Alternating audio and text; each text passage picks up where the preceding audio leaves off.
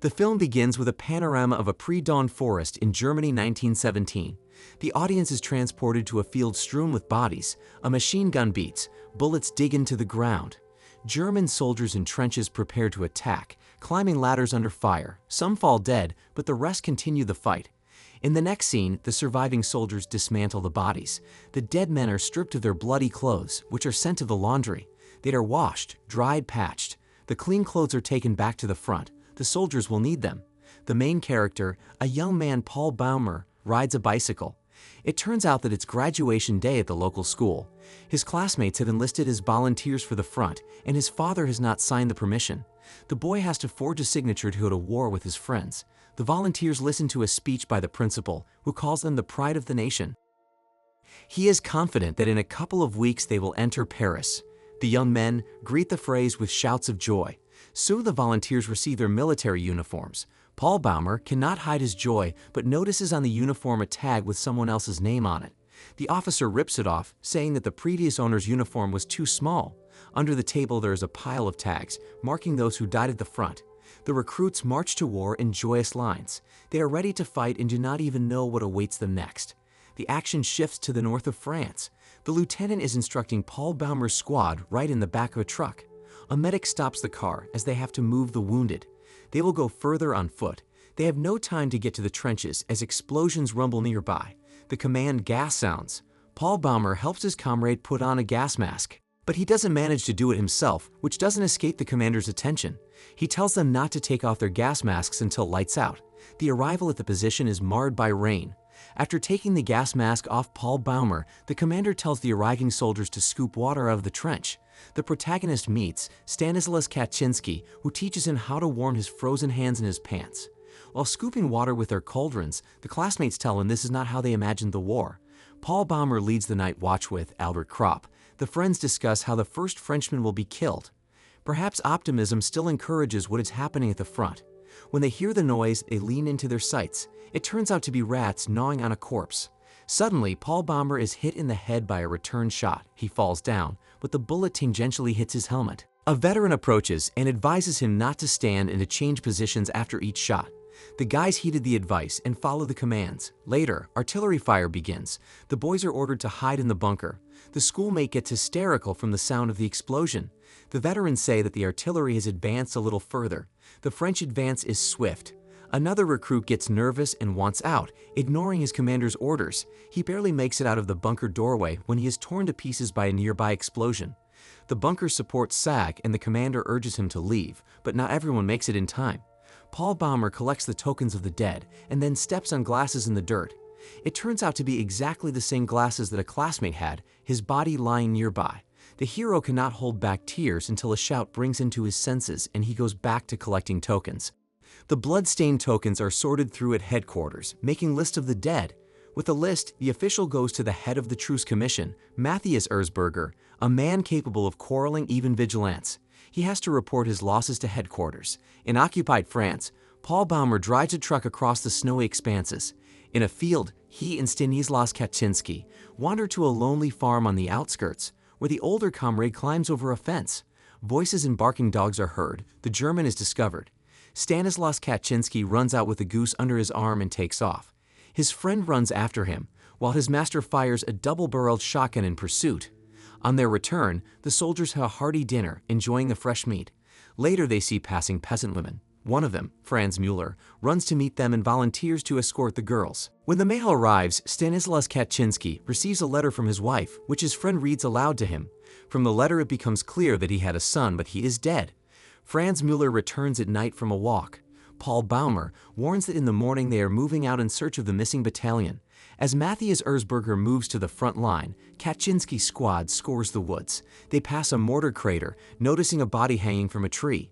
The soldiers make their way to the train station where the gas attack took place. While they look around the depot, FilmCrop tapes a poster of a woman to the wall of the building.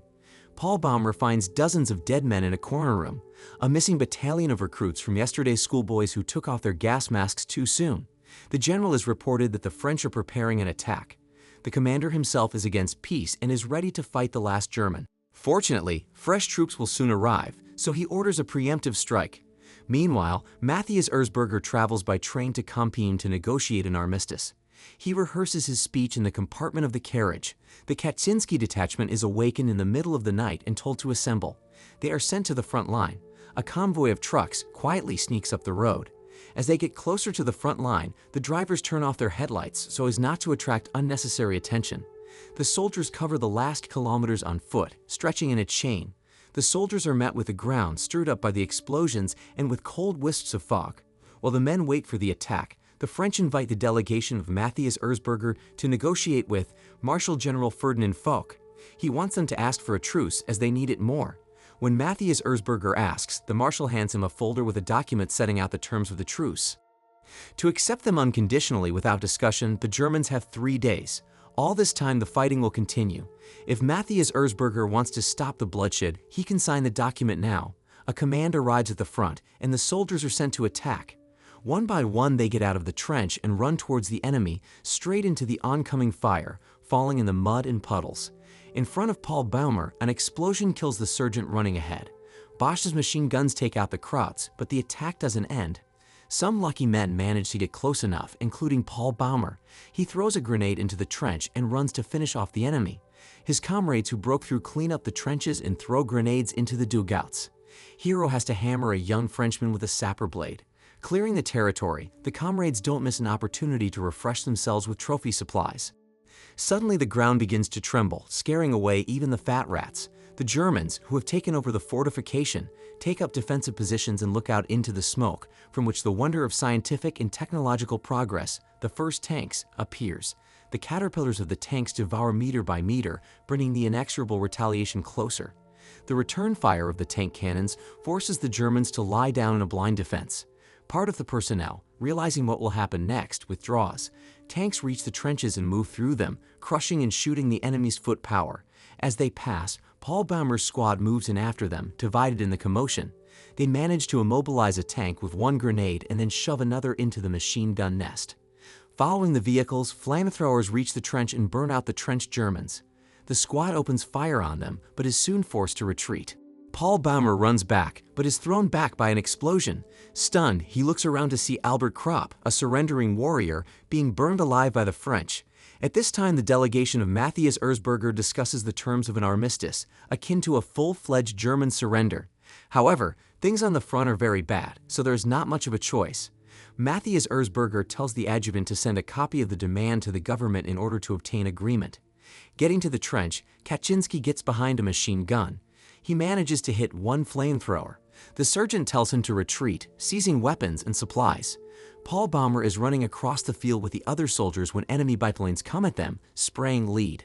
Paul Baumer falls into a huge crater before he can get out, frozen at the bottom with a knife in his hand. The hero sees the Frenchman aiming at him, but the explosion throws him into the same pit.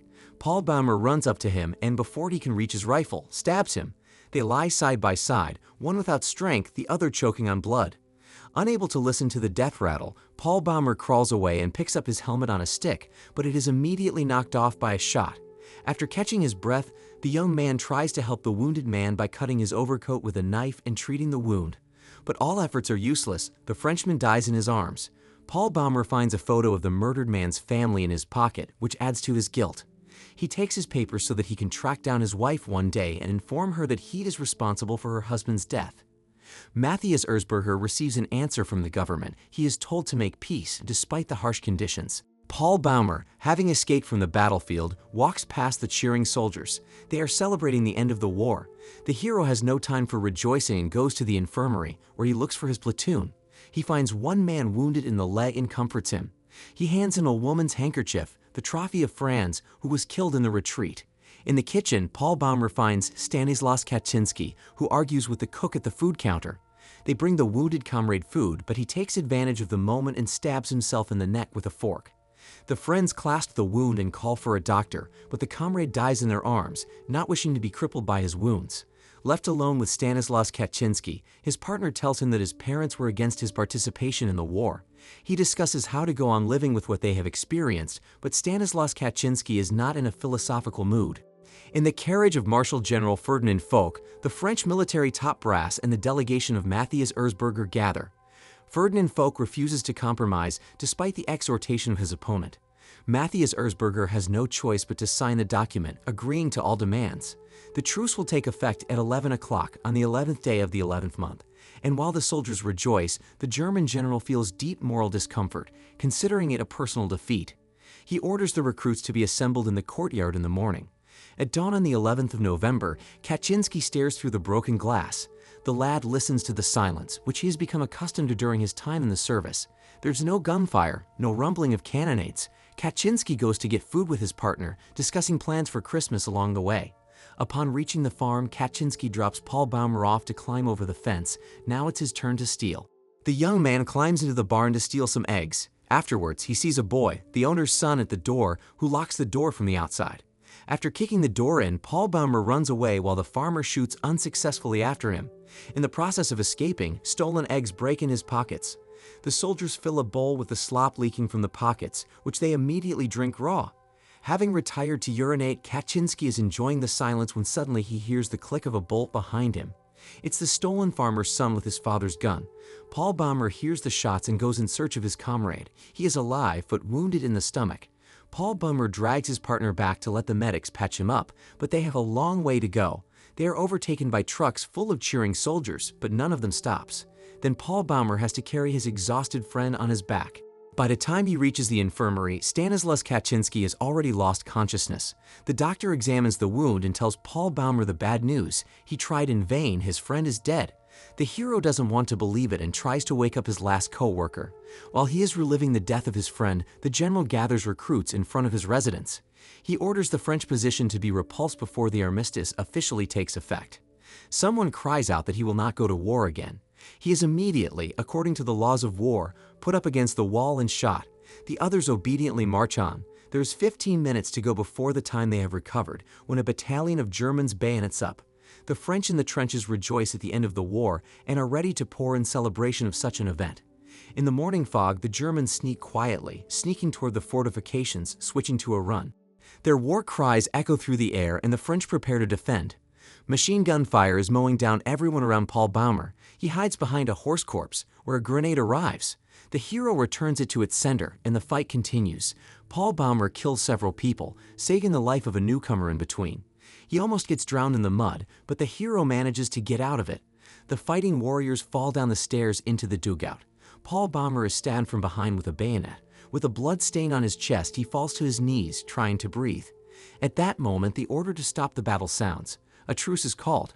Paul Baumer gets up with the last of his strength and walks into the light to the exit of the bunker, climbs carefully up the stairs, and sees the wind carry the ashes into the sky. He catches sight of a poster, hung by FilmCrop not so long ago. The clock strikes 11. The Germans and the French disperse in different directions, carrying their wounded. The surgeon gives the order to the rescued Paul Baumer, a rookie, to collect the tokens of the dead. One of them becomes Paul Baumer's badge. The film ends with an informative note that in 4 years of warfare, the line of contact on the Western Front has hardly moved, despite the fact that more than 3 million people have died there.